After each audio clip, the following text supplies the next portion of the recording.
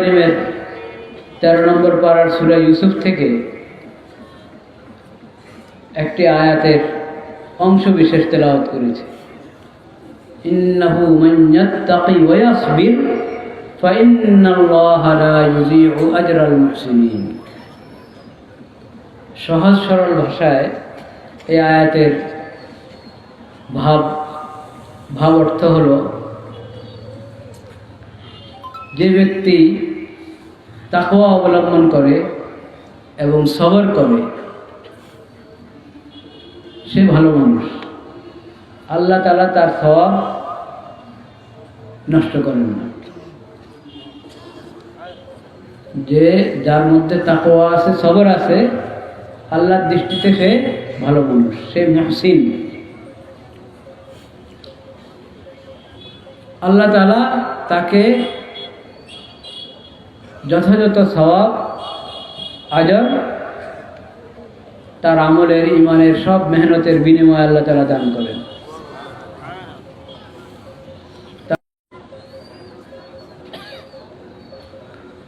তাকওয়া এবং সবর, তাকওয়া এবং সবর। এই আওয়াজটা কিসের? অন্যদিকে বাইরের কোথাও আওয়াজ না? ও আচ্ছা। লা ইলাহা ইল্লাল্লাহ। দুইটা কথা, তাকওয়া এবং সবর। কোরআন মাজিদে অনেক আয়াতে আল্লাহ তাআলা আমাদেরকে, মুমিনদেরকে বলেছেন তোমরা তাকওয়া অবলম্বন করো, তাকওয়ার জিন্দেগি অবলম্বন করো। অনেক আয়াতে আমাদেরকে আল্লাহ বলেছেন সবর করো। তো তাকওয়া কাকে বলে, সবর কাকে বলে, এটা জানা দরকার না? আমরা জানি, আলহামদুলিল্লাহ সবাইকে জানা আছে। তাকওয়া অর্থ হলো আল্লাহকে ভয় করা, সবর অর্থ হলো ধৈর্য ধরা। এটুকু তো আমরা সবাই আল্লাহর রহমতে বুঝি, তা না? আল্লাহকে ভয় করার অর্থ কি? মানে ভয় করার পর একটা কাজ আছে, তাইলে তাকওয়া হবে। যে আল্লাহ আমার খালেক, আমার মালিক, আল্লাহর নেয়ামতে আমি ডুবে আছি 24 ঘন্টা। আল্লাহর সামনে আমাকে হাজির হতে হবে, আল্লাহকে মুখ দেখাতে হবে নাকি? আল্লাহর নাফরমানি করে আল্লাহর সামনে মুখ দেখাবো কিভাবে? আল্লাহ আমার খালেক, আমার মালিক, আমার রব, আল্লাহ রহমান রহিম, আল্লাহ রাজ্জাক, আল্লাহর সকল নেয়ামতের মধ্যে আমি ডুবে আছি। ওয়াইন তাউদ্দু নি'মাতাল্লাহি লা তুহসুহা। আল্লাহর নেয়ামত যদি তুমি গণা শুরু করো তো গণে শেষ করতে পারবো? গণে শেষ করতে পারবো না কখনো।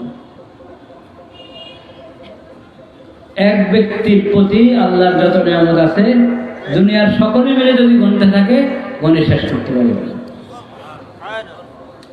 ওয়াইন তাউদ্দু নি'মাতাল্লাহি লা তুহসুহা।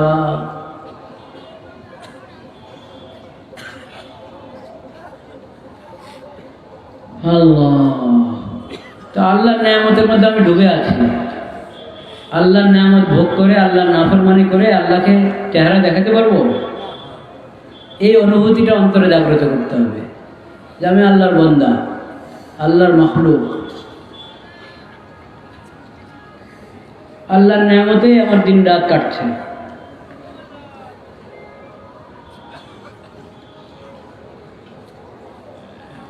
আমি আল্লাহর দরবারে হাজির হব, কিভাবে আল্লাহকে চেহারা দেখাবো, কিভাবে হিসাব দেব? এই অনুভূতি অন্তরে জাগ্রত রেখে আল্লাহ যা হুকুম করেছেন তা করা, আল্লাহ যা থেকে নিষেধ করেছেন সেসব কাজ থেকে বেঁচে থাকা, বিরত থাকা, এটার নাম হলো তাকওয়া। এটার নাম কি? তাকওয়া শব্দের মূল অক্ষর যেটা ওয়াও, কাফ, ইয়া। আরবি 29 হরফ আমরা জানি না? ওয়াও, কাফ, ইয়া, এই 3টা অক্ষর হলো তাকওয়ার মূল অক্ষর। ওয়াও, কাফ, ইয়া। এই যে মূল অক্ষর 3টা, এই 3 অক্ষরের অর্থই হলো বেঁচে থাকা। কি? বেঁচে থাকা। বেঁচে থাকা মানে আল্লাহর নাফরমানি থেকে বেঁচে থাকা। তাকওয়া মানে কি? আল্লাহর নাফরমানি থেকে বেঁচে থাকবে কখন? যদি আল্লাহর রহমতের কথা, আল্লাহর নিয়ামতের কথা স্মরণ হয়, স্মরণ রাখে, এবং আমার উপর আল্লাহর কুদরত আছে, আল্লাহ আমার সব কিছু জানেন, আমার পুরা জিন্দেগি সব কিছু আমার আল্লাহর সামনে, আমার দিলের কথাগুলো আল্লাহ তারা কি করেন জানেন।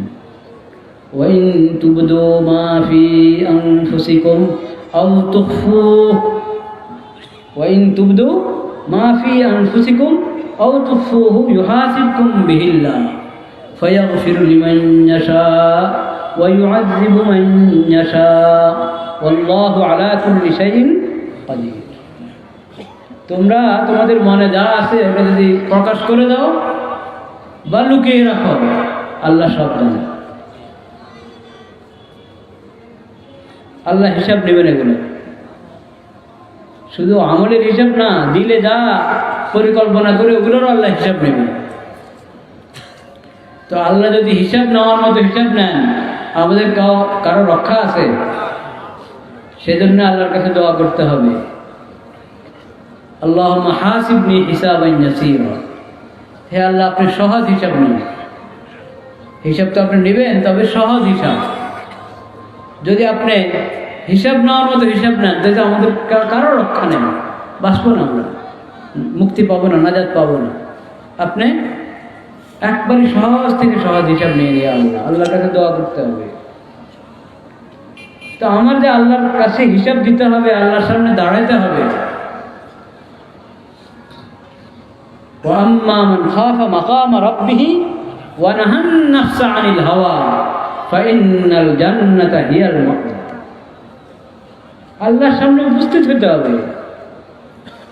এই কথা স্মরণ করো, এই কথা স্মরণ করে আল্লাহর নাফরমানি থেকে বাঁচো, আল্লাহর হুকুম পালন করো, আল্লাহ যা নিষেধ করেছেন ওটা থেকে দূরে থাকো। এটার নামে তাকওয়া, এবং এই তাকওয়ার পুরস্কার হলো আল্লাহর কাছে ফাইনাল জান্নাতা হিয়াল মাওয়া। জান্নাত হলো এই তাকওয়ার পুরস্কার। তো সংক্ষেপে তাকওয়ার অর্থ এটাই, আল্লাহর ভয়ে, আল্লাহর রহমত এবং নিয়ামতকে স্মরণ করে আল্লাহর নাফরমানি থেকে বাঁচা, গুনাহ থেকে বাঁচা, এবং আল্লাহ যা হুকুম করেছেন তা করা। এটাকে কি বলে? তাকওয়া। আর তাকওয়ার পুরস্কার জান্নাত আখিরাতে। দুনিয়াতেও তাকওয়ার অনেক পুরস্কার, কোরআন মাজিদের অনেক আয়াতে দুনিয়াতে তাকওয়ার জন্য আল্লাহ তাআলা কি কি পুরস্কার দেবেন সেগুলো বলেছেন। ওয়ামান ইয়াত্তাকিল্লাহা ইয়াজআল লাহু মাখরাজা, একটা পুরস্কার। যে তাকওয়ার জিন্দেগি অবলম্বন করবে, আল্লাহকে ভয় করবে, আল্লাহ তাকে কখনো আটকায় রাখবেন না। যত কঠিন পরিস্থিতির সে সম্মুখীন হবে, যত বড় মুসিবত আসুক, যত পেরেশানি আসুক, আল্লাহ তার বের হওয়ার কোনো না কোনো রাস্তা পয়দা করে দিবেন। ওয়ামান ইয়াত্তাকিল্লাহা ইয়াজআল লাহু মাখরাজা ওয়া ইয়ারযুকহু মিন হাইসু লা ইয়াহতাসিব। তার চিন্তাতেও আসবে না, কল্পনাও আসবে না, এমন মাধ্যমে আল্লাহ তাআলা তাকে রিজিক দিবেন। অনেক আয়াতে কোরআন মধ্যে 128 নম্বর পারার সূরা তালাকের মধ্যেই তাকওয়ার অনেক ফায়দার কথা, দুনিয়ার নগদ ফায়দার কথা আল্লাহ তাআলা বলেছেন। আর আখিরাতে এক কথা জান্নাত। কি জান্নাত? ওয়া উযলিফাতিল জান্নাতু লিল মুত্তাকিনা গায়রা বাঈদ হাযা মা তু'আদুনা লিকুল্লি আওয়াবিন হাফিজ মান খাশিয়ার রহমান বিল গায়ব ওয়া জাআ বিকলবিন মুনীব উদখুলুহা বিসালাম যালিকা ইয়াউমুল খুলুদ লাহুম মা ইয়াশাউনা ফিহা ওয়া লাদাইনা মাজিদ। হাসর ময়দানে এক পর্যায়ে জান্নাতকে কাছে নিয়ে আসা হবে।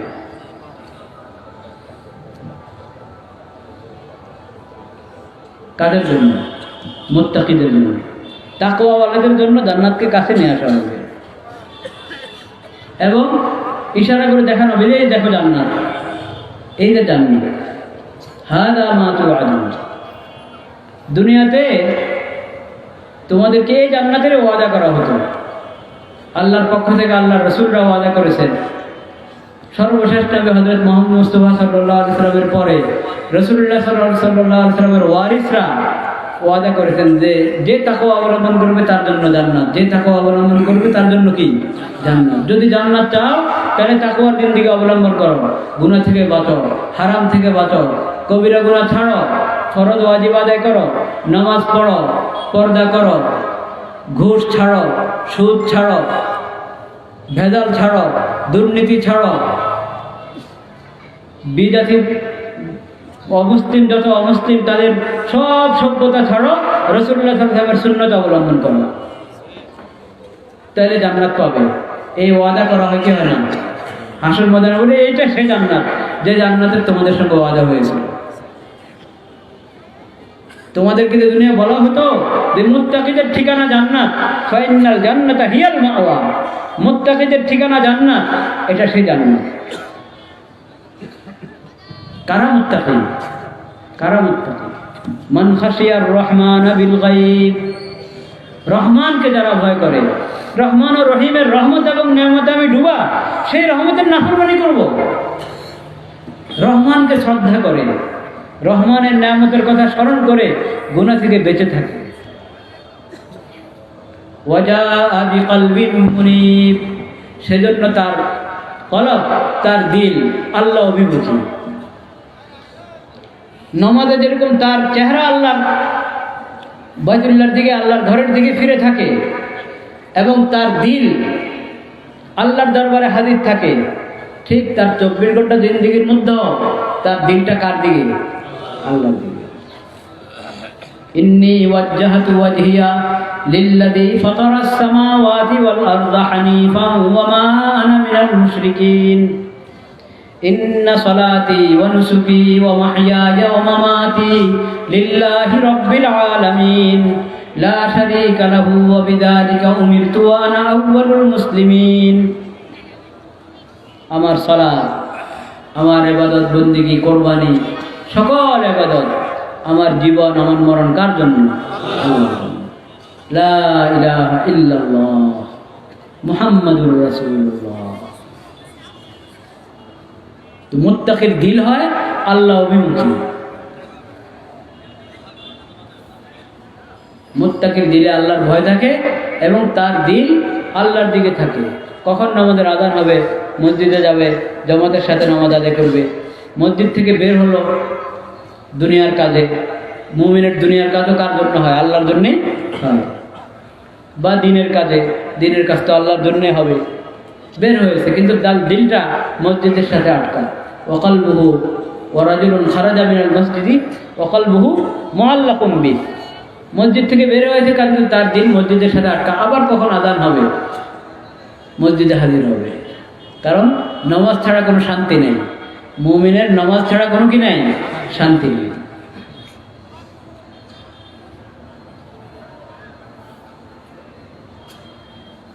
বিকলবিন মুনীব, আল্লাহর দিকে ফিরা দিল।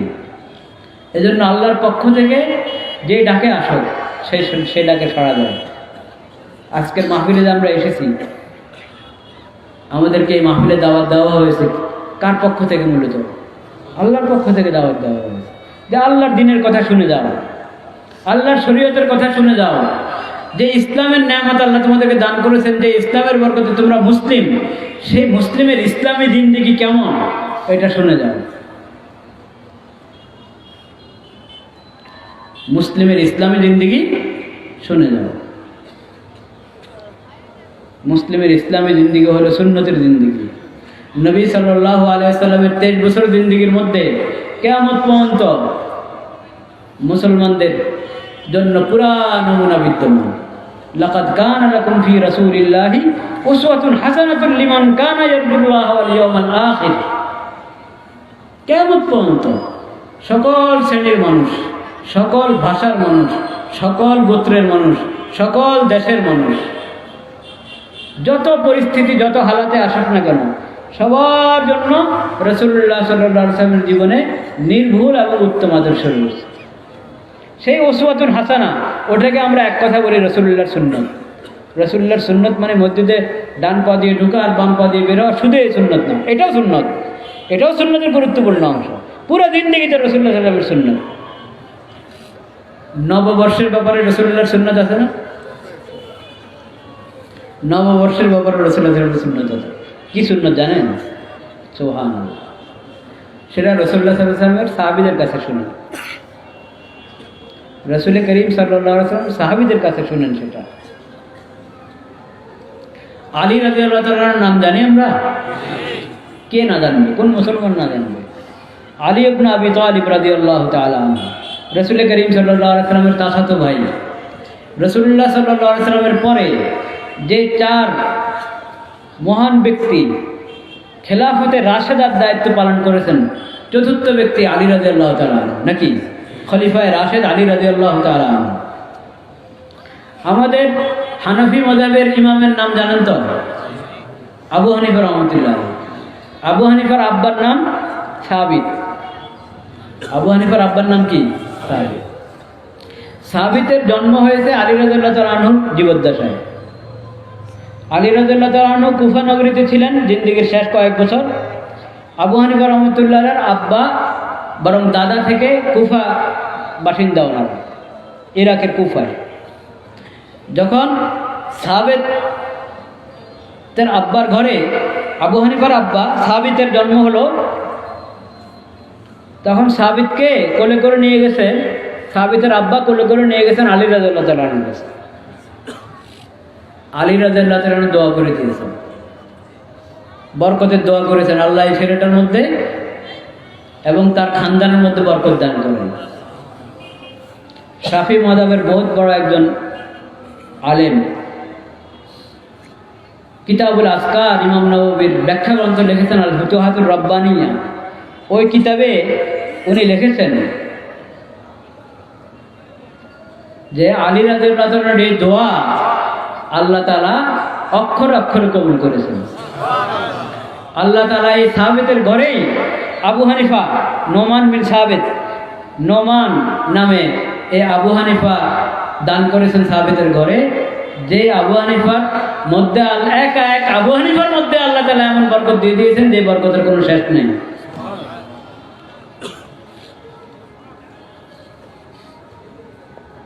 এই সাহাবেতের আব্বা আবু হানিফার দাদা, আবু হানিফা রাহমাতুল্লাহ দাদা, উনি একবার হাদিয়া নিয়ে গেছেন। এক ঘটনা তো শুনলাম, আবু হানিফার আব্বাকে নিয়ে গেছেন একবারে যখন দুনিয়াতে আসছে, তখন এই যে লোক যা সাহাবেতের বাপ, ওনারে আরেক ঘটনা, উনি একদিন কিছু হাদিয়া নিয়ে গেছেন আলী রাদিয়াল্লাহু তাআলার কাছে। আলী রাদিয়াল্লাহু তাআলা জিজ্ঞেস করেছেন, এই হাদিয়া কি জন্য তুমি আনলা, কি উপলক্ষে, কি মকসাদ হাদিয়ার, কি উদ্দেশ্য? উনি উত্তর দিলেন, আচ্ছা এটা আবার বুঝতে হবে, এনারা এসেছেন ফারিস থেকে, মানে ইরান এর এলাকায় ছিল আবু হানিফা রাহমাতুল্লাহর পূর্বপুরুষরা। তো সেখানে ওই সমাজের সংস্কৃতি হলো আপনার নববর্ষ পালন করা, নওরোজ বলে, ফার্সিতে কি বলে? নওরোজ পালন করে, নববর্ষ পালন করে তারা তাদের ধর্ম হিসাবে। তো উনি নতুন নতুন ইসলাম গ্রহণ করেছেন, ওনাদের খানদান। তো সেই আগের তালে মানুষ ইসলামে আসলে ইসলামের সব শিক্ষা তো আর একসাথে শিখে ফেলে না, ধীরে ধীরে শিখে। তো আগের তালে নববর্ষ পালন করতে হবে, তো এই দিন বুজুর্গের কাছে হাদিয়া নিয়ে যায়। তো আলী রাদিয়াল্লাহু তাআলার কাছে হাদিয়া নিয়ে গেছে, বললেন এটা কি? ওনারা তো ধরে ফেলেন, কি ঘটনা, কি জন্য আল্লাহ, তুমি কি উদ্দেশ্যে? বললেন যে এটা নওরোজের হাদিয়া, নববর্ষে। ইমাম আবু হানিফা রাহমাতুল্লাহর এই দাদা বড় ইহসান আমাদের উপরে, এই ঘটনাকে কেন্দ্র করে বিশাল ইসলামের বড় একটা শিক্ষা অনেক সুন্দর এবং সহজ ভাষায় আলী রাদিয়াল্লাহু তাআলার জবান আল্লাহ তাআলা দিয়ে দিয়েছেন। উনি বলেছেন 9 রোজনা কুল্লা ইয়াউম, 9 রোজনা কুল্লা ইয়াউম। আরে তুমি জানো না, আমরা তো মুসলমান, আমরা তো মুসলিম, আমরা তো অমুসলিমের কোনো দল নয়, নাউযুবিল্লাহ। আমরা তো মুসলিম। মুসলমানদের নববর্ষ প্রতিদিন, 9 রোজনা কুল্লা ইয়াউম, মুসলমানদের নববর্ষ প্রতিদিন। বছরে একবার পালন হয় না, এটা এটা প্রতিদিন, প্রতিদিন। وهو الذي جعل الليل والنهار خلفة لمن أراد أن يذكر أو أراد شكورا। 19 নম্বর পারায় সূরা ফুরকান পড়েন। وهو الذي جعل الليل والنهار, আল্লাহ রাব্বুল আলামিন দিন রাতকে এমন ভাবে সৃষ্টি করেছেন যে একটার পর একটা আসতে থাকে। খিলফাতান, রাত গেল দিন আসলো। দিনের মধ্যে আবার প্রথমে সুবহে সাদিক, ফজরের নামাজের সময়টা 6 ঘন্টার মতো সময় নাকি। সুবহে সাদিক থেকে নিয়ে সূর্য ওঠার আগ পর্যন্ত একটা পর্ব, সূর্য উঠলো ইশরাক একটা পর্ব, চাঁদ আরেকটা পর্ব, এরপরে চাষের পরে আবার একবারই ঠিক দুপুর সূর্য ঢলবে, জোহর শুরু হবে, আসর পর্যন্ত একটা পর্ব, আসর থেকে মাগরিব আরেকটা পর্ব, মাগরিব থেকে এশা আরেকটা পর্ব, এশার পরে রাতের বিভিন্ন স্তর, শেষ রাত যেটা তাহাজ্জুদের সময় নাকি। আল্লাহ তাআলা সময়কে এক অবস্থায় রেখে দিয়েছেন, রাখেননি। বড় দুটা ভাগ, প্রথমে দিন রাত, এটা 24 ঘন্টা। এমনি তো শীতকাল গরমকাল কয়েকটা মৌসুম আছে না, কখনো দিন লম্বা কখনো রাত লম্বা। তারপরে ভাগটা দেখেন, দিন আর রাতের মধ্যে কতগুলো স্তর রেখেছেন আল্লাহ তাআলা, কতগুলো ভাগ রেখেছেন। কেন এই পরিবর্তন? এই পরিবর্তনটা কেন? লিমান আরাদা আন ইয়াযাক্কারা আও আরাদা শুকুরা। প্রতিটি পরিবর্তনে তুমি আল্লাহর জিকির করো, আল্লাহকে স্মরণ করো, আল্লাহর শুকর আদায় করো, আল্লাহর কোনো না কোনো ইবাদত বন্দেগী করো। রাত শেষ হলো, সুবহে সাদিক হয়েছে, দেখো আল্লাহর দাঈ আল্লাহর পক্ষ থেকে বলছে আল্লাহু আকবার, আল্লাহু আকবার। মুয়াজ্জিন আল্লাহর দাঈ, মুয়াজ্জিন কে? আল্লাহর দাঈ, আল্লাহর পক্ষ থেকে আহ্বান করছে আসসালাতু খায়রুম মিনান নাওম, সালাত ঘুম থেকে ভালো, সালাত ঘুম থেকে ভালো। ল্যাপ সরাও, কম্বল সরাও, উঠো উঠো, নামাজ আদায় করো। প্রথম জিকির সালাত, ফজরের নামাজ। আর যদি আরেকটা আগে উঠতে পারেন, তাহাজ্জুদ থেকে শুরু হবে, তাহাজ্জুদ থেকে শুরু হবে। রাত্রে ঘুম ভাঙলো, রাসূল করিম সাল্লাল্লাহু আলাইহি ওয়াসাল্লাম বলেন দোয়া পড়ো, লা ইলাহা ইল্লাল্লাহু ওয়াহদাহু লা শারীকা লাহু লাহুল মুলকু ওয়া লাহুল হামদু ওয়া হুয়া আলা কুল্লি শাইইন কাদির, সুবহানাল্লাহ ওয়ালহামদুলিল্লাহ ওয়া লা ইলাহা ইল্লাল্লাহু আল্লাহু আকবার ওয়া লা হাওলা ওয়া লা কুওয়াতা ইল্লা বিল্লাহ। সব আপনাদের জানেন, সব জানে না? সহজ সহজ জিকির, এই জিকিরগুলো করো। এরপরে দোয়া করো আল্লাহুম্মা গফিরলি, আল্লাহ আমাকে ক্ষমা করে দেন, আল্লাহ আমার মা বাবাকে ক্ষমা করে দেন, যতজন কবরে চলে গেছে তা দোয়া করতে থাকো। তুমি দোয়া করবা, উস্তুজিবাত, দোয়া করবা, দোয়া কবুল হয়ে যাবে। এরপরে যদি আরেকটু সাহস করো, উঠতে পারো, ওযু করো, ওযু করে নামাজ পড়ো, কবিলাস সালাত, তোমার নামাজ কবুল হয়ে যাবে।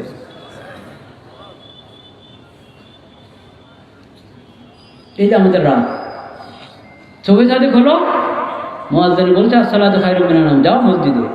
দেরি হয়ে গেছে, মসজিদে জামাত পাচ্ছ না, তাড়াতাড়ি উঠো, ওযু করে নিজের ঘরেও ফরজ আদায় করো, অন্যদেরকে জাগাও, উঠো। দিন শুরু হলো। হাদিস শরীফ আছে, মুসলিম শরীফের মধ্যে হাদিসটা, প্রত্যেকেই যখন সকাল করছে, তার সকাল মানে তার জিন্দেগির একটা পর্ব আবার শুরু হচ্ছে নতুন করে। কুল্লুম রিম মুসাব্বিহুন, প্রতি সকালে মানুষ নিজের একটা যাত্রা শুরু করছে। এখন এটা চিন্তা করে দেখো, কে নিজেকে মুক্তির পথে নিচ্ছ, মুক্তির পথে কার যাত্রা শুরু আর ধ্বংসের পথে কার যাত্রা শুরু, এটা চিন্তা করো আগেই, দিনের শুরুতেই চিন্তা করো। এই যে ফজর পড়লা, এর মানে তুমি মুক্তির পথে যাচ্ছ, শান্তির পথে যাচ্ছ, اللهم إني أسألك خير هذا أصبحنا وأصبح الملك لله رب العالمين اللهم إني أسألك خير هذا اليوم فتحه ونصره ونوره وبركته وهداه وأعوذ بك من شر ما فيه وشر ما بعده তো আল্লাহ তাআলা বলছেন তোমার দিন রাত এই যে আমি বিভিন্ন পর্বে বিভিন্ন স্তরে দিন রাতকে ভাগ করে দিয়েছি এটা হলো এগুলো তুমি তোমার জাগতিক কাজকাম করো তাও আল্লাহকে স্মরণ রেখে করো আর আল্লাহর ইবাদত বন্দেগী করো জিকির করো শুকর করো এটার জন্য এমনভাবে তোমার জিন্দেগি তুমি সাজাও যাতে তোমার পুরো জিন্দেগিটাই জিকির হয় হয়তো সরাসরি জিকির হবে আর নয় জিকিরের সব তাতে হবে দোকানে যাচ্ছ দোকান খুলছ কার জন্য আল্লাহ তাআলা কামাই রোজগার করাকে ফরজ করেছেন বাচ্চাদের সংসারের হক আদায় করা ফরজ করেছেন সেই হক আদায় করার জন্য আমি হালাল কামাইয়ের জন্য দোকানে যাচ্ছি আপনার এই দোকানে যাওয়াটা সওয়াবের কাজ হবে কি হবে না নেক আমল হবে কি হবে না এটা এক ধরনের জিকির হবে কি হবে না হবে তো সকাল তো হয়েছে এই জন্য তুমি যাও দোকানে ফজরের নামাজ পড়ো কিছু জিকির করো তেলাওয়াত করো গাছ করো গাছের তরতির থাকলে তালিমে বসো মুশাওয়ারায় বসো আবার যাও দোকানে যাও দুনিয়া কামাই করো দুনিয়া তোমার মুমিনের দুনিয়া ও আখিরাতের জন্য আবার জোহরের আজান হয়েছে জোহরের দিকে আসো তা আমাদের 24 ঘন্টা জিন্দেগি বছরের 365 দিনের প্রতিদিন প্রতি মাস প্রতি সপ্তাহ প্রতিদিন প্রতি ঘন্টা প্রতি মুহূর্ত আল্লাহর আমলের মধ্যে কাটবে ঈমান এবং আমলের মধ্যে কি কাটবে দুনিয়ার জাগতিক কাজ করি তাও আল্লাহর জন্য আর সরাসরি ইবাদত করি তাও কার জন্য আল্লাহর জন্য আমাদের নববর্ষ শুধু একদিন নওরোজনা কুল্লা ইয়াউম আমাদের নববর্ষ প্রতিদিন নববর্ষকে কেন্দ্র করে পুরো এক বছর গাফেল হয়ে থাকবে আর হঠাৎ একবার জিন্দা হবে এটা কেমন কথা বছরে মানুষ নিজের জিন্দেগির হিসাব বছরে একবার নেয় যদি শুকরের জন্য আনন্দ করতে চাও আর আল্লাহ শুকর আদায় করবে না আমাদের সেটা বছরে একদিন নিজের আমলের হিসাব নেবা হিসাব বছরে একদিন হিসাব তো প্রতিদিন নিতে হবে হাসিবু আনফুসাকুম ক্বাবলা আন তুহাসাবু ওয়াজিনুহা ক্বাবলা আন তুজানু প্রতিদিন শুকরও প্রতিদিন সবরও প্রতিদিন নেক আমলও প্রতিদিন আনন্দ ফুর্তি মোমেনের আনন্দ ফুর্তি কি সামাজিক আনন্দ ফুর্তি হয় নাকি যেটাই করবে সে আল্লাহর জন্য হবে আল্লাহর হুকুম মোতাবেক হবে তো নববর্ষ এটা ইসলামে আসে মুহররম মাস হিজরি মাস চন্দ্র মাস প্রথম মাস কোনটা মুহররম মুহররমের প্রথম দিন ওটা নববর্ষ কিনা হ্যাঁ আমাদের নববর্ষ কিভাবে পালন হয় ফজরের নামাজের মাধ্যমে পালন হয় তেলাওয়াত জিকির দোয়া নেক আমল এরপরে জোহর আসর ওইভাবে নববর্ষ পালন হয় নববর্ষের দোয়া আছে যেটা আমরা প্রতি মাসে পড়ি সেটা নববর্ষের দোয়া মুহররমের চাঁদ দেখলে দোয়া করবো আল্লাহুম্মা আহিল্লাহু আলাইনা বিল ইমনি ওয়াল ঈমান ওয়াস সালামাতি ওয়াল ইসলাম রব্বি ওয়া রাব্বুকাল্লাহ আল্লাহ এই মুহররমের হেলাল এটা নববর্ষের হেলাল আল্লাহ এই বছরটা আমাদের জন্য যেন হেদায়েতের বছর হয় বরকতপূর্ণ বছর হয় এই মাসটা যেন আমাদের জন্য বরকতের মাস হয় হেদায়েতের মাস হয় এই দোয়ার মাধ্যমে আমাদের নববর্ষ শুরু হয়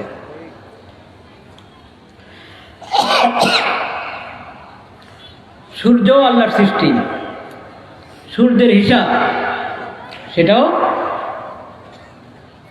সূর্য কার সৃষ্টি আল্লাহর সৃষ্টি সৌর হিসাবের সাথে আমাদের অনেক কিছু যুক্ত না খেয়াল করেন আমরা নামাজ রোজা রাখি আমরা রমজান মাসে রমজানের চাঁদ দেখার পর থেকে রোজা শুরু হয় কিন্তু সেহরি শেষ করি কখন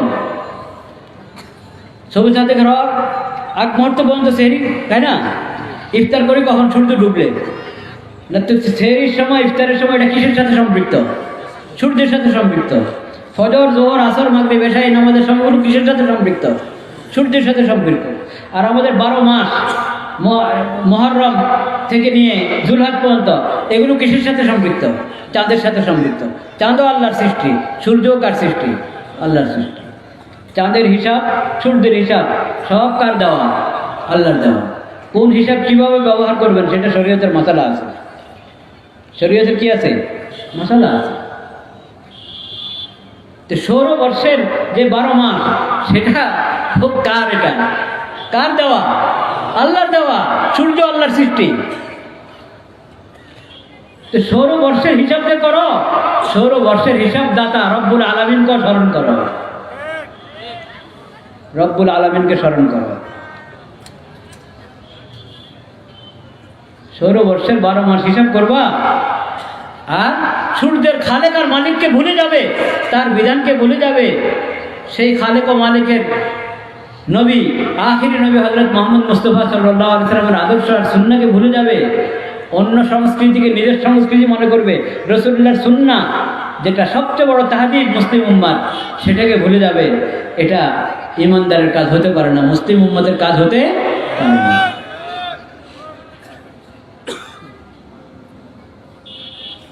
মান খাশিয়ার রহমান বিল গায়ব ওয়া জাআ বিকলবিন মুনীব উদখুলুহা বিসালাম যালিকা ইয়াউমুল খুলুদ। বেশি বেশি যে তওবা করে, শরীয়ত মোতাবেক চলে, গুনাহ থেকে বেঁচে থাকে, কিন্তু গুনাহ হয়ে যায়, মানুষ দুর্বল, গুনাহ হয়ে যায়। গুনাহ হয়ে গেলে বসে থাকে না, করতেই থাকে না গুনাহ। গুনাহ হয়ে গেলে আল্লাহর কাছে তওবা করে, ইস্তিগফার করে, আস্তাগফিরুল্লাহ আল্লাযী লা ইলাহা ইল্লা হুয়াল হাইয়ুল কাইয়্যুম ওয়া আতুবু ইলাইহি। একটা গুনাহের জন্য 100 বার তওবা করে, 100 বার ইস্তিগফার করে।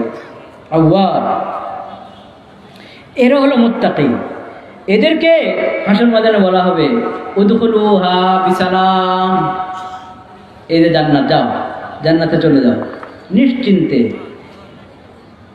নিশ্চিন্তে জান্নাতে চলে যাও, কোনো ভয় নেই, কোনো ভয় নেই। লাহুম মা ইয়াশাউনা ফিহা ওয়া লাদাইনা মাজিদ। এখান থেকে কেউ তোমাদেরকে বের করবে না, সব সময় জান্নাতে ঢুকবে, এখান থেকে আর বের হওয়ার কাজ নেই। আর ওখানে আল্লাহর কাছে চাইতে থাকো, যা চাবে তাই পাবে। তোমার চাওয়ার শেষ হতে আল্লাহর দেওয়ার কোনো কি নেই, শেষ নেই। এটার নাম ভাই তাকওয়া। তাকওয়া করতে হলে সবর ছাড়া সম্ভব? শয়তানে ধোঁকা দিলে যদি আমি কাত হয়ে যাই, তাহলে আর তাকওয়া হবে? সবর, ধৈর্য ধরতে হবে। ধৈর্য ধরে নেক আমলগুলো করতে হবে। ধৈর্য ধরে গুনাহ থেকে বাঁচতে হবে। ধৈর্য ধরে হকের উপরে প্রতিষ্ঠিত থাকতে হবে, মজবুত থাকতে হবে। মুসিবত আসলে হায় হতাশ করা যাবে না, আল্লাহর দিকে রুজু করতে হবে। ইন্না লিল্লাহ বলে আল্লাহর কাছেই এই মুসিবত থেকে উদ্ধার করার জন্য দোয়া করতে হবে। এইভাবে যে তাকওয়া এবং সবরের জিন্দেগি অবলম্বন করবে, আল্লাহ বলেন সে মুহসিন, সে ইহসানওয়ালা, সে ভালো মানুষ। আমি তার প্রতিদান, তার সওয়াব দিতেই থাকবো, বিনা হিসাবে দিতে থাকবো। ইন্নামা ইউওয়াফাস সাবিরুনা আজরাহুম বিগাইরি হিসাব। আল্লাহ তাআলা আমাদের সবাইকে কবুল করেন। তাকওয়ার প্রথম কথা কি জানেননি? তাকওয়ার সবচেয়ে বড় ফরজ, তাকওয়ার জিন্দেগি যদি আমি চাই, তাকওয়ার সবচেয়ে বড় ফরজ ঈমান। তাকওয়ার সবচেয়ে বড়, তাকওয়ার জিন্দেগির সবচেয়ে বড় ফরজ কি? ঈমান। ঈমান হেফাজত করতে হবে, নিজের ঈমান হেফাজত করতে হবে, অন্য সবাই ঈমানের হেফাজতের জন্য মেহনত করতে হবে, নাকি? সেটার জন্য নিশ্চয়ই কিছু হেদায়েত আগের হোক ওলামায়ে কেরাম আপনাদেরকে দিয়েছেন।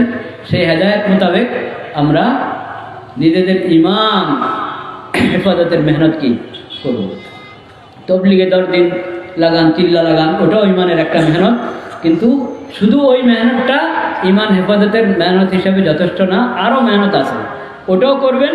আরও মেহনত করতে হবে, যেটার জন্য এখানের ওলামায়ে কেরাম, মাদ্রাসাগুলো আছে, তাদের হেদায়েত নিয়ে, রাহনুমাই নিয়ে, আমরা রাহাবরি নিয়ে সেই মেহনত করব। আল্লাহ তাআলা আমাদের সবাইকে তৌফিক নসিব করেন। ওয়া আখিরু দাওয়ানা আলহামদুলিল্লাহি রাব্বিল আলামিন।